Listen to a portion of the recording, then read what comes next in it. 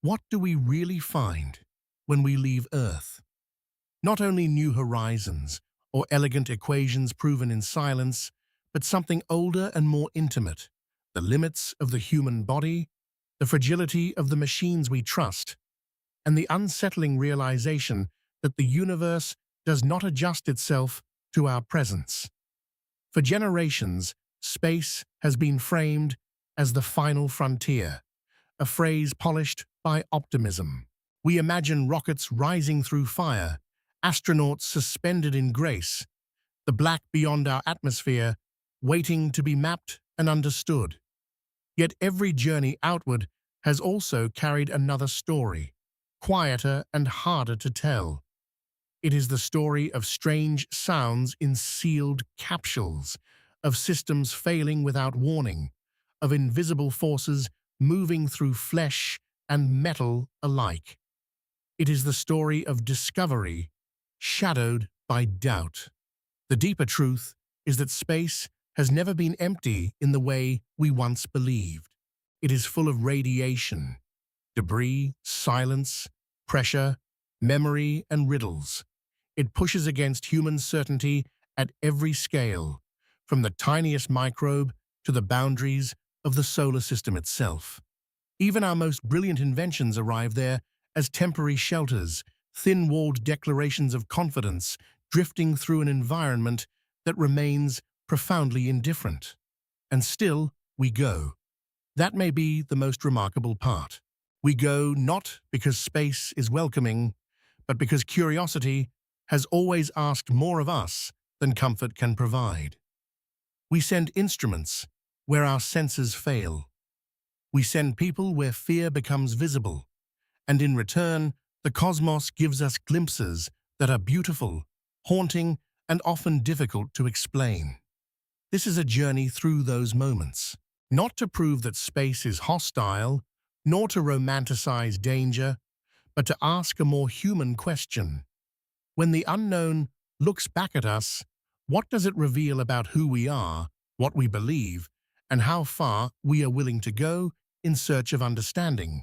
What if the first unsettling discovery in space was not a distant object, but the changing shape of our own bodies? Before astronauts ever looked out at Earth and saw a blue world floating in darkness, many first had to confront a quieter revelation inside the cabin. Space does not merely surround the human body, it rewrites it. In orbit, there is no familiar up or down, no steady pressure pulling blood toward the feet, no constant conversation between gravity and bone. The body, shaped over millions of years by life on Earth, begins almost immediately to renegotiate its design. Fluids drift upward, faces swell, legs thin, muscles lose purpose. Bones, no longer asked to bear weight, begin to release their minerals as if preparing for a long winter. At first, some of these changes seem almost cosmetic. Astronauts have joked about the puffy face of orbit and the strange sensation of floating with a head full of pressure. But beneath those small observations lies something more profound. Vision can blur, balance can falter. The heart itself, relieved of its usual labor, can weaken over time. A body trained to be resilient reveals how dependent resilience has always been on Earth's invisible pull. This was not the kind of discovery celebrated in early fantasies of spaceflight. There were no alien ruins, no grand cosmic warnings. Only a more intimate truth. Human beings are less permanent than they imagine. Take away one constant force, and the body begins to tell a different story about what it is. Yet there is something moving in that vulnerability. Every mission becomes not just an exploration of space, but an experiment in adaptation. The astronaut floating in a narrow module is also a witness to evolution's unfinished sentence. And perhaps that is the deeper question opening here. If our bodies are so delicately tuned to one small world, what does it really mean to dream of living among the stars? It began, in more than one mission, with a sound no one expected. Not the steady hum of instruments or the clipped voices from mission control, but a noise that seemed to come from nowhere and everywhere at once. A tapping, a knocking, a brief mechanical whisper in the walls. In the sealed world of a spacecraft, sound is never casual. Every vibration means something. Every unfamiliar tone invites fear before explanation. Astronauts have long described the eerie acoustics of orbit. Metal expands and contracts under extremes of heat and cold. Equipment clicks on and off with a rhythm that can feel almost alive. Outside, tiny particles strike the hull at astonishing speed, too small to see, yet forceful enough to remind a crew how thin their barrier is between shelter and oblivion. The station or capsule may remain intact, but the mind begins its own calculations in the dark. There is a special unease in hearing what cannot be seen. On Earth, we investigate a sound by walking toward it, touching the door, looking out the window. In space, the cabin is the whole world. There is nowhere else to go, no larger room to step into for reassurance. A faint knock on the structure can become a message from the unknown, even when reason insists it is only physics doing what physics does. Over time, astronauts learn to translate these noises into a kind of language. The ship creaks because sunlight has returned. The panel snaps because temperature has shifted. The impact was likely dust, not disaster. Knowledge restores calm, but never completely. The body still hears first and understands second. Perhaps that is why these moments linger. Space teaches that fear is not always born from what is monstrous, but from what is ambiguous. A small sound in a closed vessel can carry the weight of every ancient instinct. And maybe that is the deeper lesson hidden in those metallic echoes. The unknown does not have to appear before us to change us.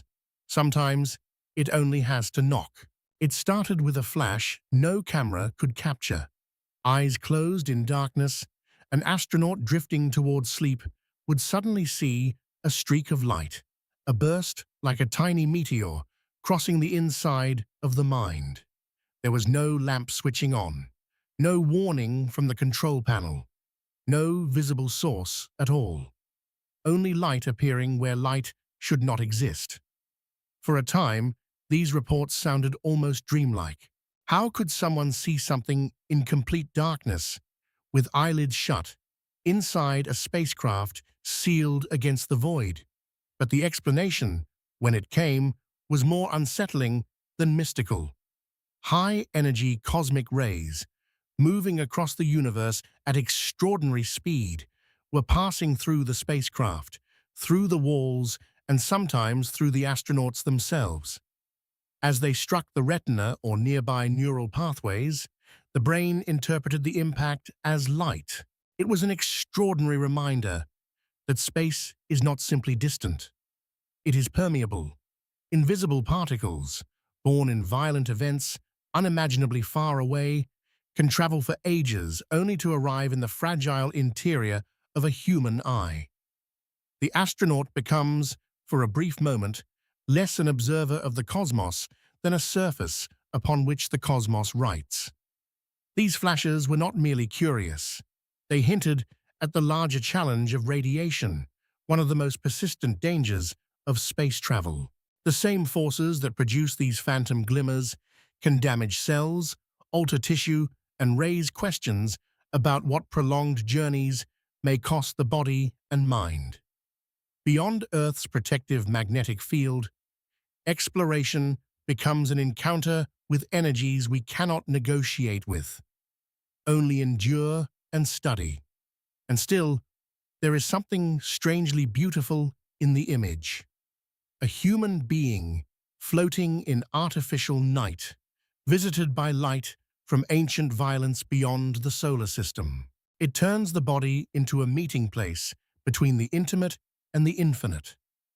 Perhaps that is what space so often reveals, that the boundary between ourselves and the universe is far thinner than comfort would prefer, and far more luminous than fear first suggests. What happens when the danger is too small to see? In space, some of the most unsettling discoveries have arrived not as towering catastrophes, but as particles no larger than dust, tiny fragments of paint, metal, and frozen debris moving faster than bullets through the dark. From a distance, orbit can look serene. Spacecraft glide in silence. Earth turns beneath them in blue and white calm.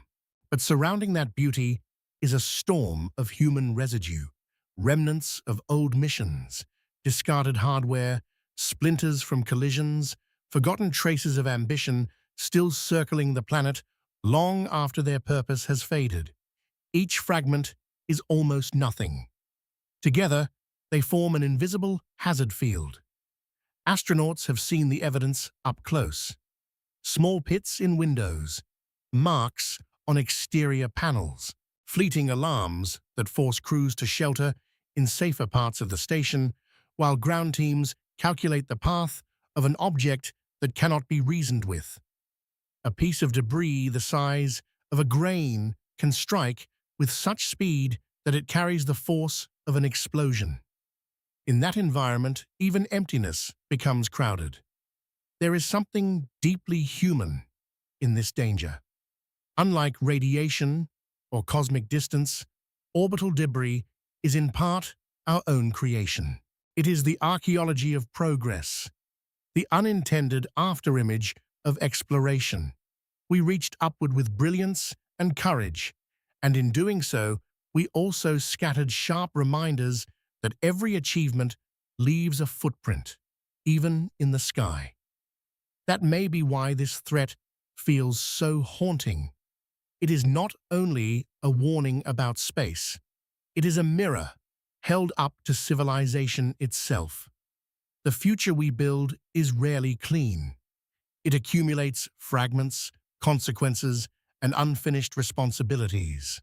And so the astronaut, watching Earth glow below, while trusting a thin shell against a cloud of invisible shards, invites a sobering reflection. If we cannot keep the space around our world safe, what does that say about how we carry our dreams into the worlds beyond it? There are moments in space when the most alarming discovery is the disappearance of something essential. Orientation, certainty, the simple trust that your senses will tell you where you are.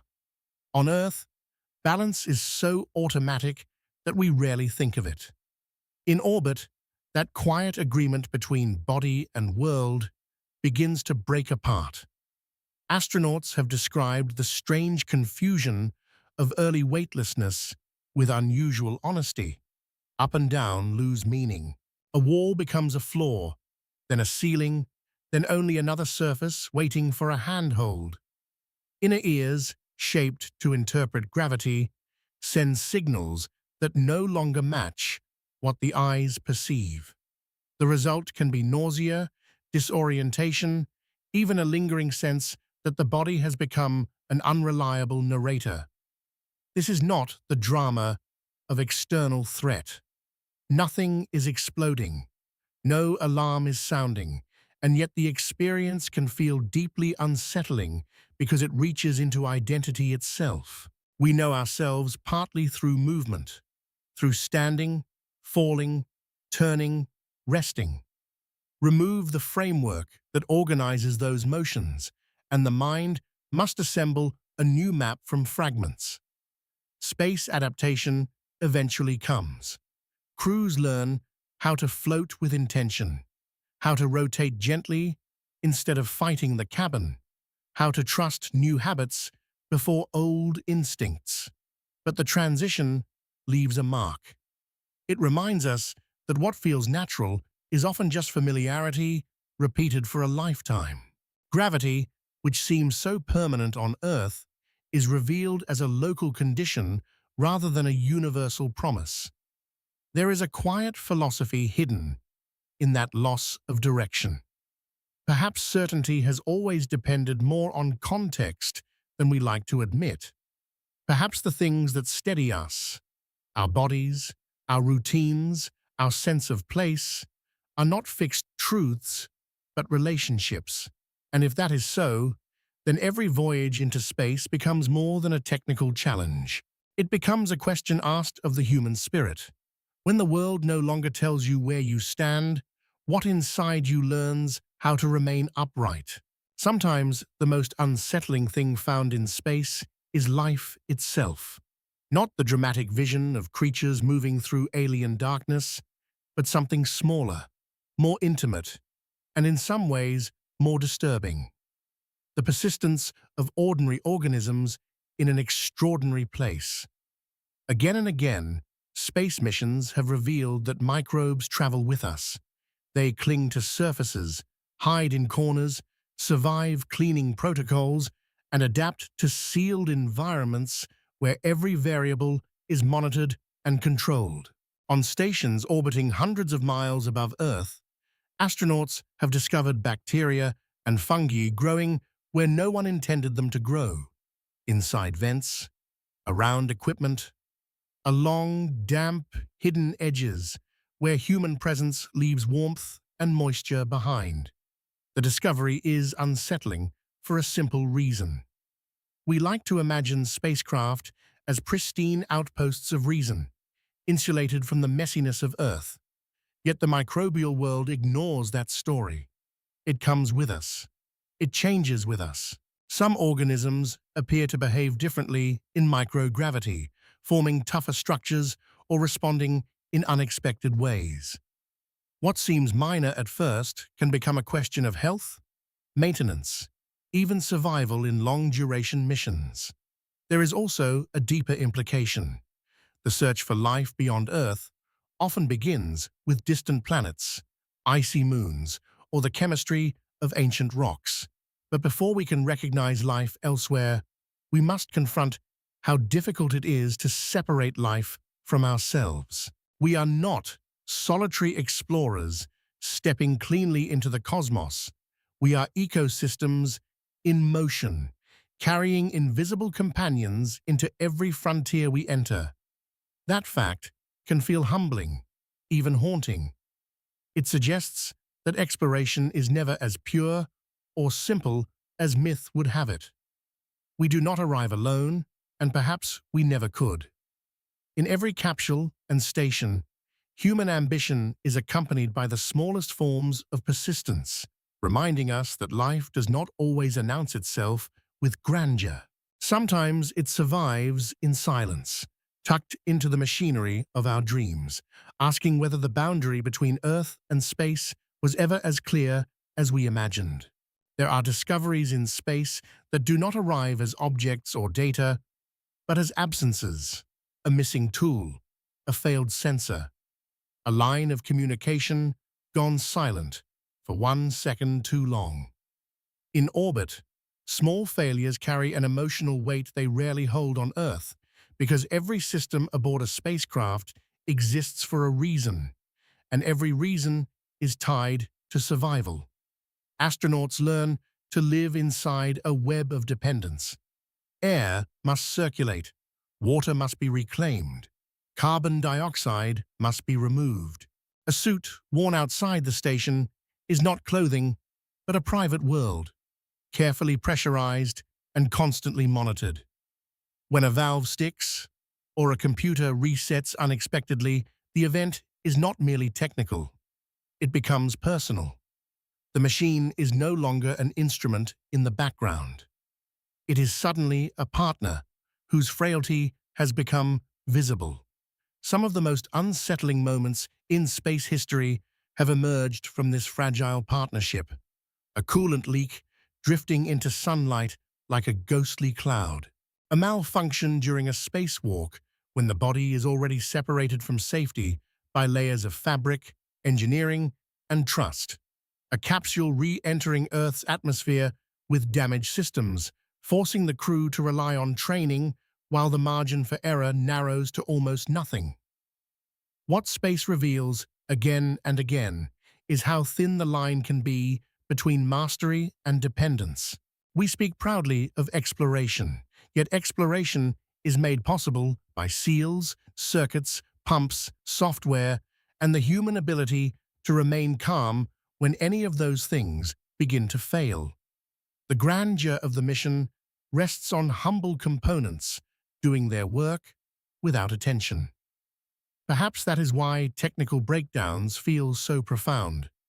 They strip away the romance and show the real architecture of courage, not fearlessness, but disciplined trust in systems built by other human hands. And beneath that trust lies a quieter question, one that follows every crew into the dark. When we place our lives inside our own inventions, are we proving our ingenuity or simply learning how much faith survival has always required? What if the most haunting discovery in space was not out there, but back home? Again and again, astronauts have described one experience that no training fully prepares them for: turning toward the window and seeing Earth not as a nation, not as a map, not as a collection of borders and arguments, but as a small, living sphere suspended in immeasurable dark. From orbit, the planet appears both radiant and vulnerable. Oceans gleam like polished stone. Storms spiral with a kind of silent majesty. At night, cities flicker in delicate webs of light, evidence of millions of lives unfolding at once. And then there are the thin layers that make everything possible. The atmosphere, barely visible, a pale membrane wrapped around the world like breath on glass. It is beautiful, but the beauty carries a shock. Many astronauts have spoken of this view with reverence, yet beneath the wonder lies something unsettling. Earth does not look invincible from space. It looks finite, fragile, almost improbably small. The home that feels endless from within reveals itself from above as a brief shelter in a vast and indifferent expanse. Distance removes familiarity and replaces it with scale. That shift can change a person.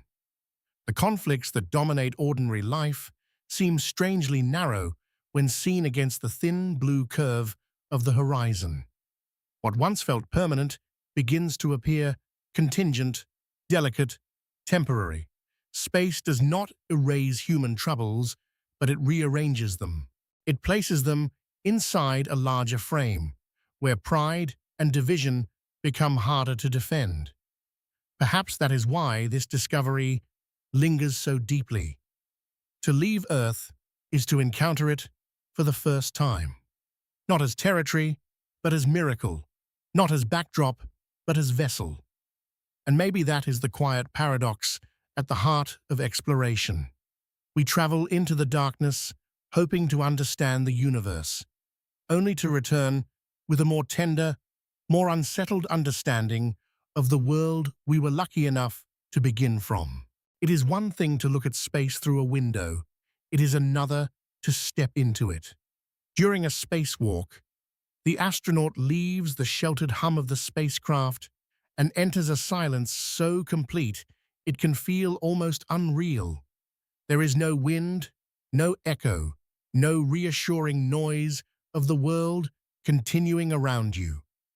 Only the sound of your own breath, the measured rhythm of systems keeping you alive, and the sight of darkness stretching in every direction. From a distance, a spacewalk can appear graceful, almost serene. A figure in white, drifting above the curve of Earth, seems to embody human triumph.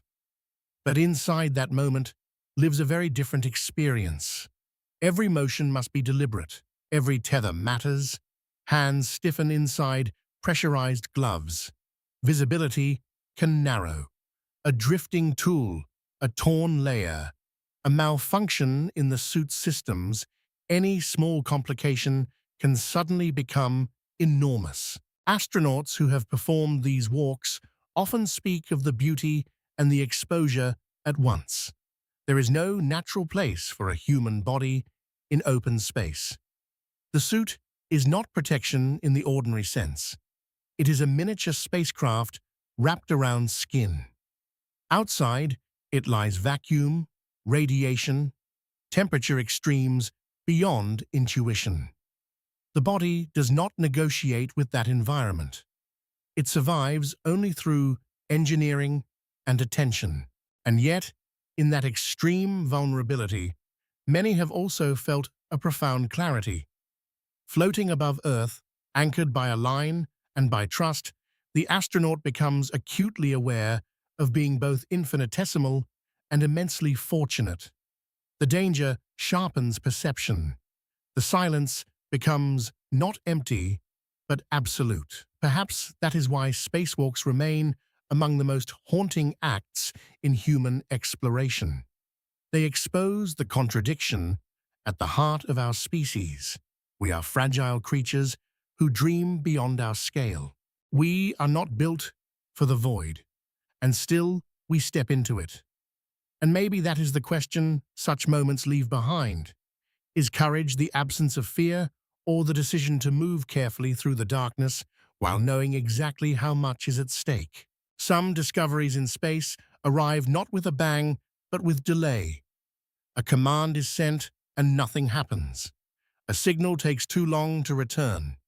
A probe continues outward, faithful and alone, while the people who built it wait through long seconds or long years for proof that it still exists.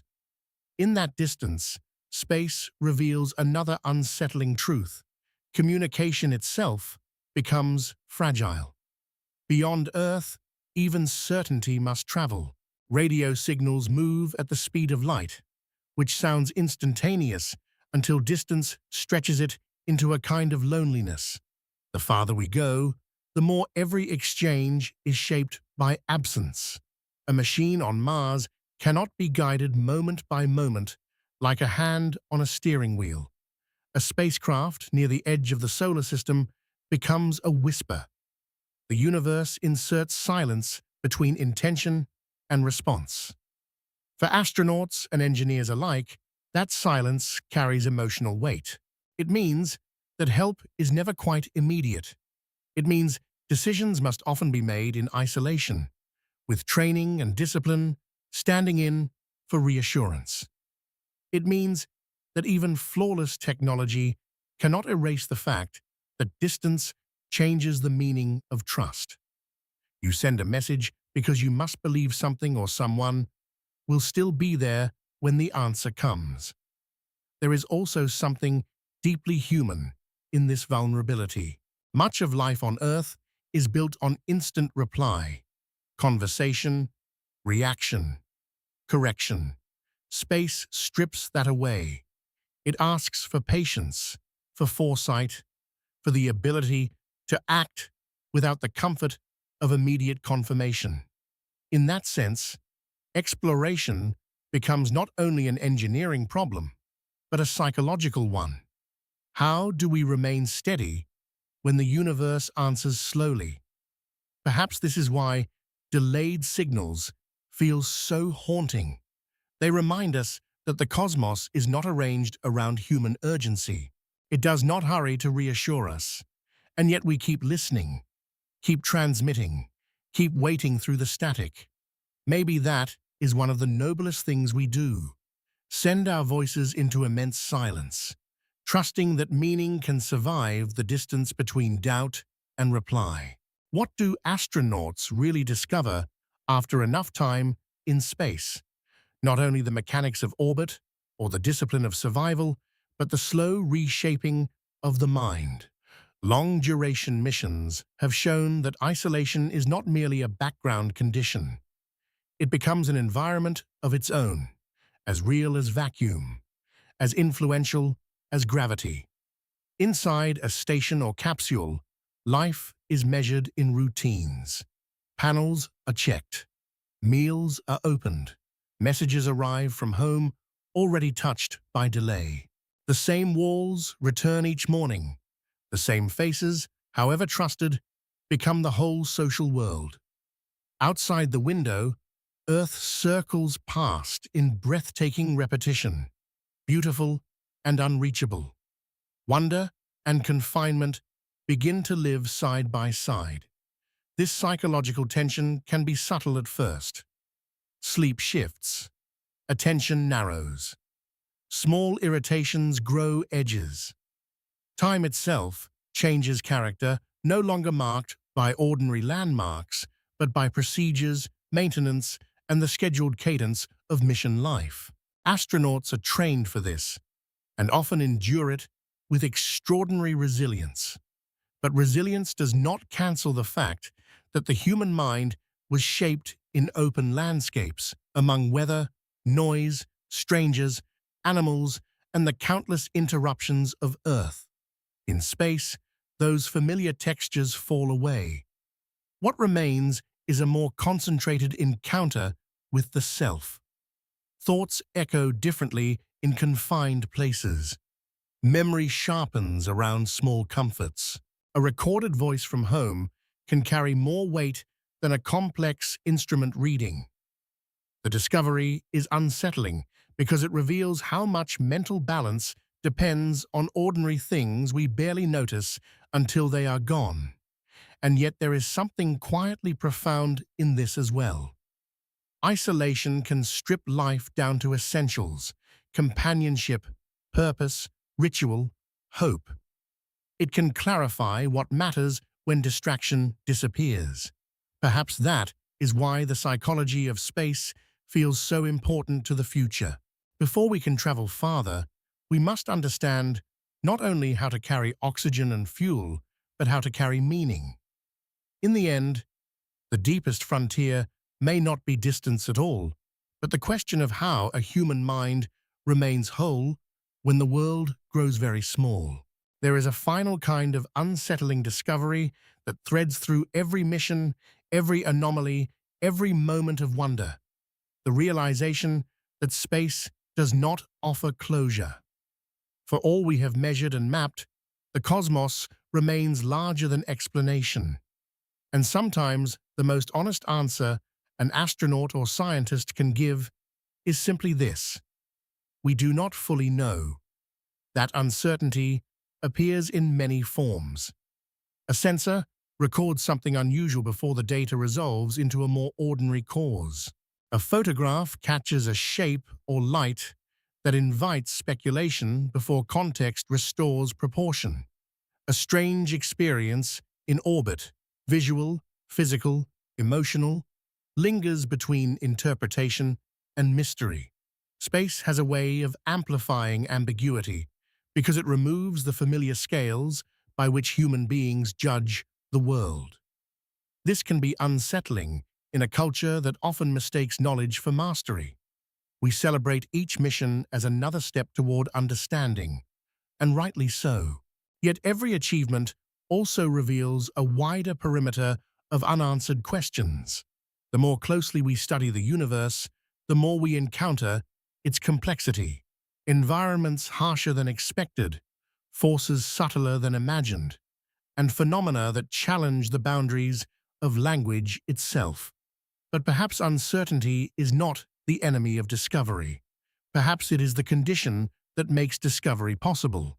The astronaut gazing through a window, the engineer reading strange telemetry, the scientist examining a faint signal from far away, all are participating in a discipline of humility. They are learning to stand at the edge of understanding without rushing to fill the silence with certainty. That may be the most human lesson space can offer. Not that we are insignificant, and not that we are destined to conquer everything we see, but that meaning often begins where confidence ends. We move outward with instruments, mathematics, courage, and care, yet the universe still exceeds us. And maybe that is why it continues to call us, not because it promises easy answers, but because it reminds us that wonder is deepest when knowledge and mystery travel together. In the end, the most unsettling things astronauts have discovered in space are not merely dangers, anomalies, or strange phenomena. They are truths about perspective. Space reveals that the body is more fragile than it feels, that machines are only temporary islands of order, that silence can weigh as heavily as sound, and that Earth itself is far more delicate than the stories we tell from the ground. Taken together, these discoveries form something larger than a catalogue of hazards. They become a portrait of humanity meeting reality without its usual protections. In orbit and beyond, there is no room for illusion to remain comfortable for long. The universe does not soften its radiation, slow its debris, shorten its distances, or provide meaning on demand. And yet, again and again, people go there and return not diminished, but deepened. That may be because space strips experience down to essentials: breath, light, trust, attention, memory, the presence of others, the fragile continuity between one heartbeat and the next. Far from Earth, human beings often discover not only what threatens life, but what gives it shape. A voice from home, a view through a window, a hand reaching for a rail in weightlessness. These small things begin to shine with unusual clarity. So perhaps the lasting lesson of space is not fear, but humility, joined with wonder.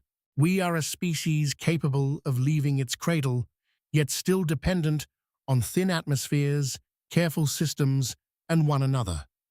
We are clever enough to cross immense distances, yet still vulnerable to loneliness, uncertainty, and awe. That is not failure. It is the condition of being human. And maybe that is the question that remains after every mission, every image, every story carried back through the dark. If the universe is vast enough to make us feel small, can it also teach us how precious a small life truly is? In that tension between fragility and courage, between mystery and understanding, our future may already be waiting.